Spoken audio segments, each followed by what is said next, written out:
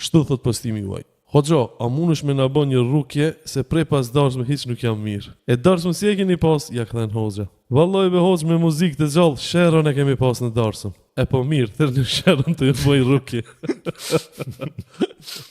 Po kjo i bën në një formë si lloj përcjellje një mesazhi të atyre të cilët darsmat i bajnë me muzikë, ndoshta me alkool, ndoshta bura e gra. Mas darsme, kalon kohë e shkurt, fillojnë problemet. Dhe ai shërosh përmend veç kështu formalisht që unë po them afrimuçiçi, le të bëj rukje afrimuçiçi.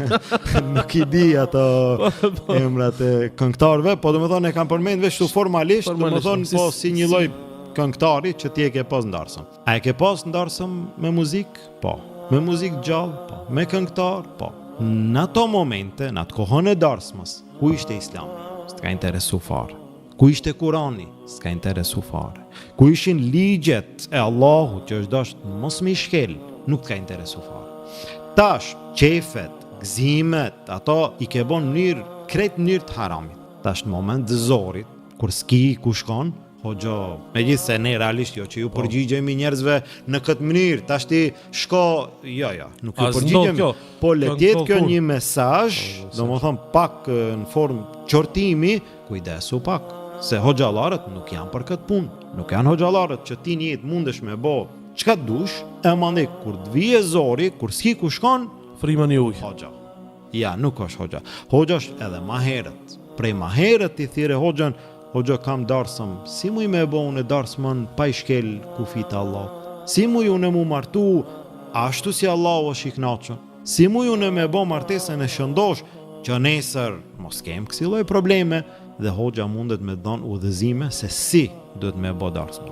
Jo me shfrytzu këtë haram dhe këtë haram. Na kena raste edhe ma ekstreme, probleme edhe ma të mëdhaja kur Hoxha është ai opsioni i fundit, ti thuish që mundet dikush me thirr. I provon krejt haramet, ndoshta edhe halalin, edhe krejt ato që ka nevojë në jetën e vet, dhe në fund kur e shemo që s'ka ku me shku tash, hajt ta thirri Hoxha.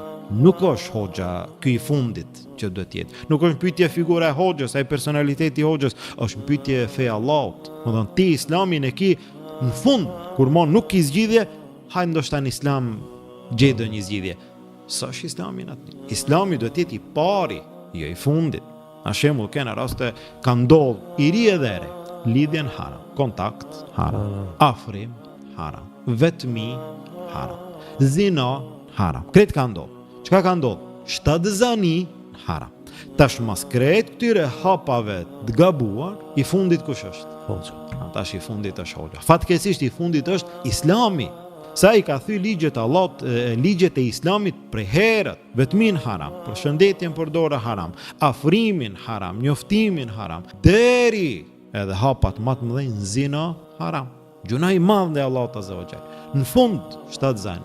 Hoxha jena në zor, jena në hall të madh. Çka me bë tash? Tash Hoxha çka me të bë? Çka thot Islami? Islami thot prej më herët. A Islami edhe tash ka zgjidhje për ty, ta jep një përgjigje.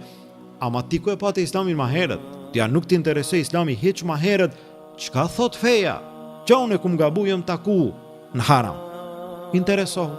Qa unë kam gabu, kam bisedu në haram? Interesoju. Qa ka ndodh një përgdhelje, një lloj haram pak më i lehtë? Interesoju. Deri shkallën më të lartë. E tash çka me bë? Hoxha nuk është ai i cili ka mundësi me gjetë edhe këto zgjidhjet e mëdha që ti patjetër nga njëra anë duhet me pas pasoja. Patjetër tash çka ka me bë? Hoxha mi fshikret, me bë që s'ka ndodh, ka ndodh, problemin e ki prezant, ka me ta dhënë një mundësi, një rrugë. Pasojat janë pse? Se Islami ka mbet zgjidhja e fundit. A Islami duhet të jetë zgjidhja e parë.